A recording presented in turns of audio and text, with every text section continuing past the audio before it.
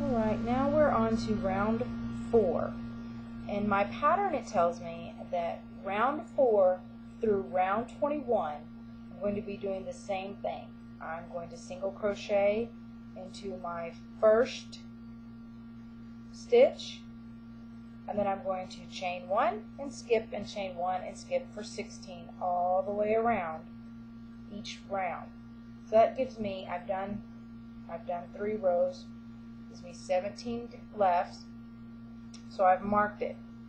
This is good for anybody who needs the extra, but this is how I do it, just because I don't have the any other way to do it for myself. But I put 17 more rows here, okay? And you can put a stitch marker, a little stitch marker right here to know the beginning of your row, okay? You do it like this and count every time you reach that. Or, like I do, every time I finish a row, I will mark this and tally marks till I get to 17 rows. Seems a little babyish, but it helps me out. So, we're going to start round 4, and it's the exact same thing we were doing. We're just going to chain 1. Remember, I am changing yarns just so that you can see the stitches. You do not have to. So, if you're ready, chain 1. Okay, and then work your first single crochet.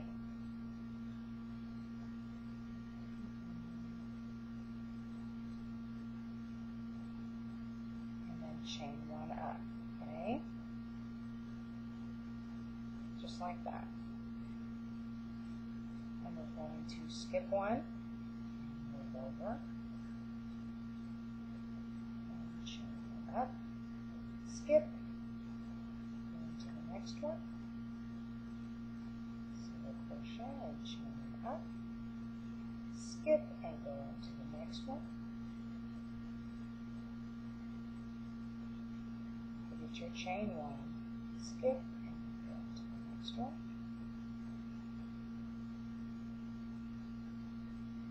Skip 1. Remember that you are going under that V so that you have a nice sturdy case.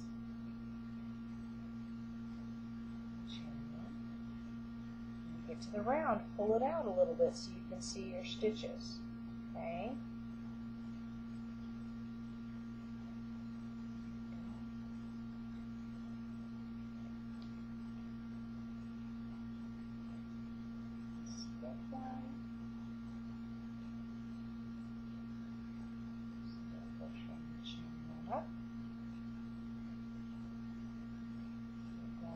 Around. Make sure you're keeping track of the 16 stitches around.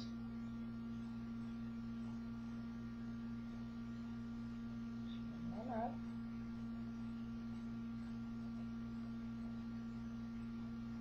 Chain 1 up.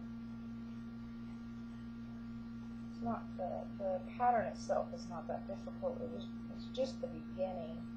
It seems a little confusing for anyone just starting to crochet, but I'm sure as you've gone along it's gotten easier. It's frustrating in the beginning because it wants to curl and you want to fight with your yarn. Okay. Yeah, make sure you're counting or you put your marker so you know where your round ends. Okay? Since I'm changing colors, I know that my round ends right here. Makes it easier than right now, but normally I would count it. Remember, when you get to your last round, your last stitch, you're not going to chain 1. You're going to slip stitch it right there. And then what I do is I take my paper and I mark 1, so I know I've made 1 round. Okay? Now you're going to do that 16 more times all the way around. Okay? And I'll see you in just a bit. I'll show you halfway through, and then I'll show you when we get to the end, and we'll finish off our case. I just wanted to show you, because I'm sure you're working and you're getting your pattern going up. I wanted to show you when you get here and you've reached your 16th stitch, it looks like a big gap right here, okay? And it makes you look like you want to put a 17th stitch. You can put one, but it'll just widen it as it goes, and you don't want to do that. What you want to do is you want to just do your slip stitch, okay? So you've counted to 16, all right? And you just want to slip stitch it together like that. So you can kind of see right here. Okay.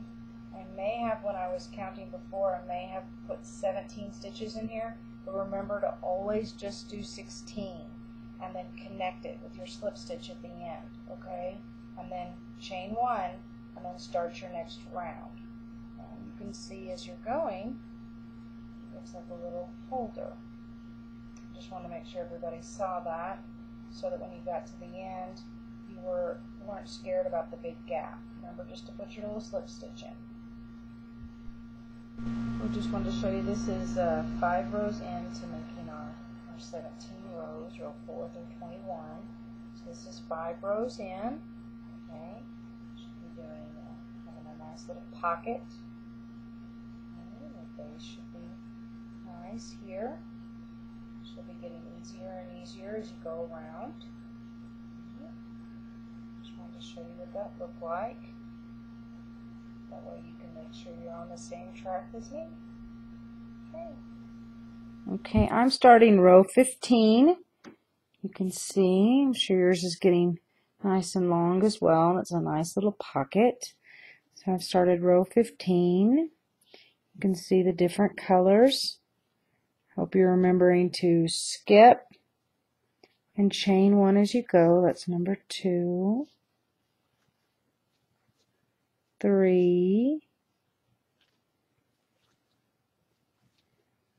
4,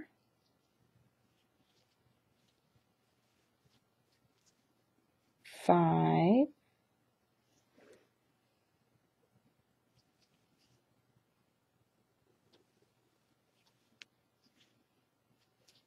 6,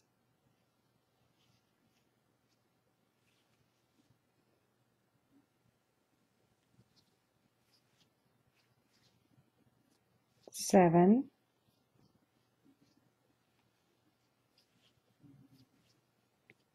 8,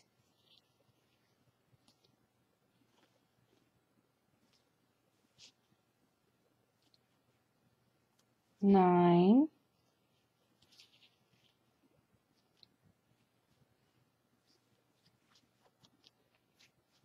10,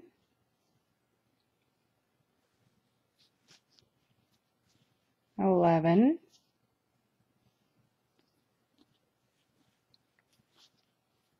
12, 13,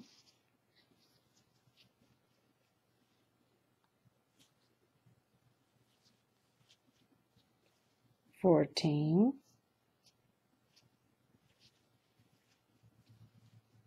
15. And remember, when you got to 16, you're not chaining one, you're putting it directly into the last single crochet. So I'll show you again. If you've got a little gap right here, see the gap? Just go over here and do your slip stitch.